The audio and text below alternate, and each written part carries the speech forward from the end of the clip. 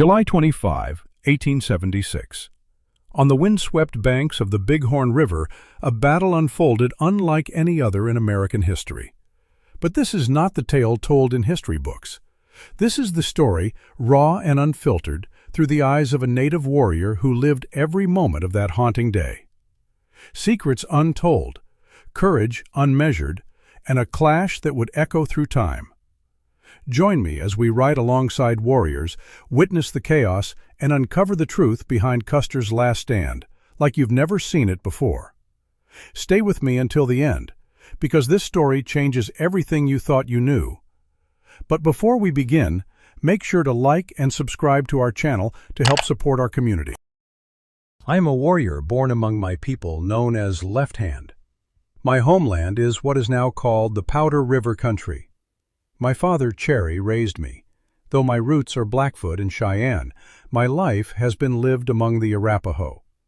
As a boy, I favored my left hand over my right, a rarity among us, which earned me the name Left Hand, one I have borne ever since. I fought alongside others at Little Bighorn, where General Custer met his end. 4 Arapaho warriors rode with me. Though many years have slipped by, the memory remains vivid as though it happened yesterday. In those days, the Arapahos, myself and 4 young warriors named Yellow Eagle, Yellow Fly, Waterman, and a southern Arapaho called Greengrass, were camped near Fort Robinson. We set out as a war party to strike the Shoshones. Waterman, also known as Well-Knowing One or Sage, identified the 5th Arapaho in our group. We headed north toward Crow territory. Along the way, we encountered a small band of Sioux who told us their village was near the Little Bighorn and they urged us to join their large sundance. They pressed us to ride along but kept a suspicious eye on us, worried we might be scouts for white soldiers. We followed them to their camp in the Little Bighorn Valley. Close to the village, several Sioux warriors approached, seized our weapons, and threatened to kill us, accusing us of allying with the white men.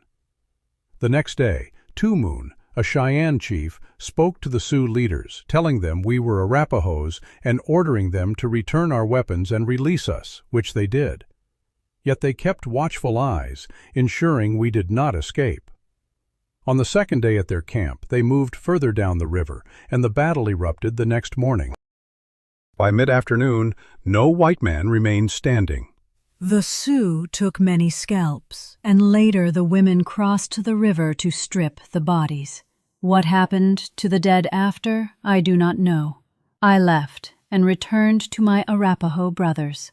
Some warriors went back to fight the soldiers still dug in on the southern ridge, but I stayed behind. At dawn, the Sioux broke camp and moved toward the mountains.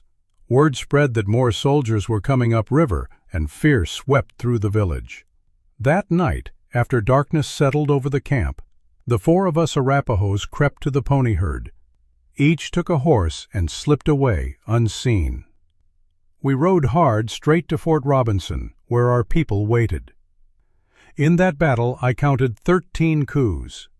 I wore a simple shirt and breechclout, with a cross of buffalo hide for protection and 2 feathers tied in my hair. Custer had been a fool to attack the Sioux when he did. His men were badly outnumbered. The Sioux and Cheyenne covered the land like prairie grass. I could not guess their numbers, but never before had I seen so many warriors gathered. Only a few Sioux and Cheyenne died. They were buried on the river's west bank near the camp. Not one of Custer's soldiers lived. All fell that day. When I was young, our people were everywhere. Back then, white traders swapped guns for buffalo robes, but everything has changed. Long ago, a holy man vowed that if we danced the right way for many days, the buffalo would return and our people would be free and happy again. But those words proved empty. Now the Indian lives like a prisoner on his own land. The buffalo and antelope are gone, and we old men sit by the fire singing war songs and remembering what was. The Indians had camped on the Bighorn's west bank in the Flat Valley. Dust rose, but we didn't know why. Some said soldiers might be coming. Our chief saw a flag waving on a distant hill. Suddenly the soldiers formed ranks and began firing into our lodges where families slept. The attack caught us completely off guard. Mothers grabbed their children tightly, holding infants close as they ran in panic. This fight took place in the northern part of the valley, where most families had set up their teepees. It was Reno's men chasing us. The assault began near noon, just as cooking fires were being kindled. When we fought back, the soldiers fled toward the timber, trying to cross back over the river to their supply wagons. The bank was about this high, around 12 feet, and so steep they had to leave their horses behind and scramble up on all fours. We cut down nearly all of them as they struggled through the woods and shallow waters. The few who made it to the far side hurried up the bluff and hid underground for safety. Meanwhile, the troopers guarding the packed mules on the hill fired bullets down on us.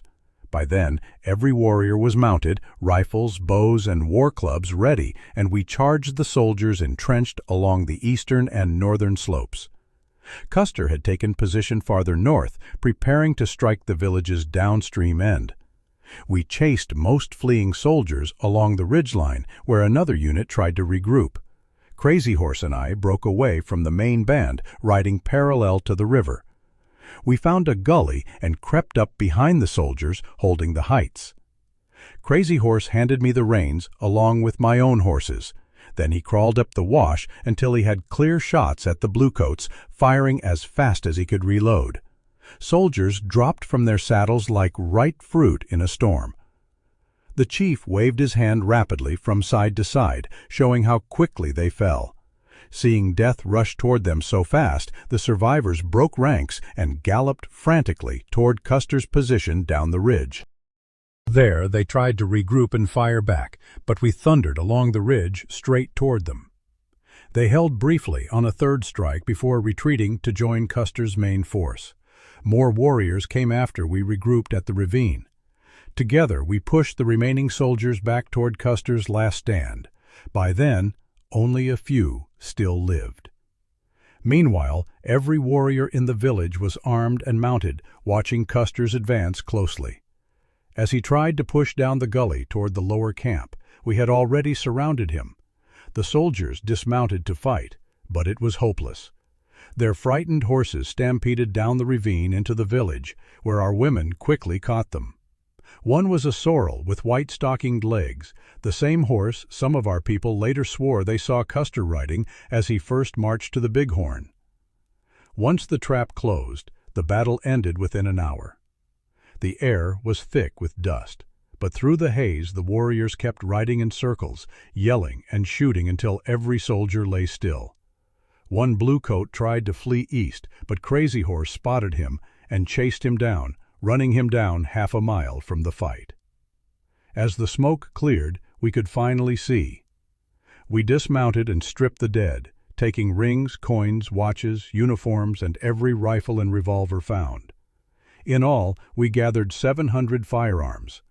Then we rode back to reunite with the women and children who survived unharmed. The echoes of that day still ride the wind, whispers of a battle that shook the earth and changed us all. The guns we took became relics, the stories legends.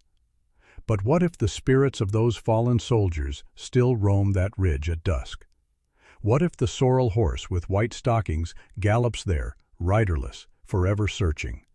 We old men now sing by the fire, our voices trembling with the weight of memory.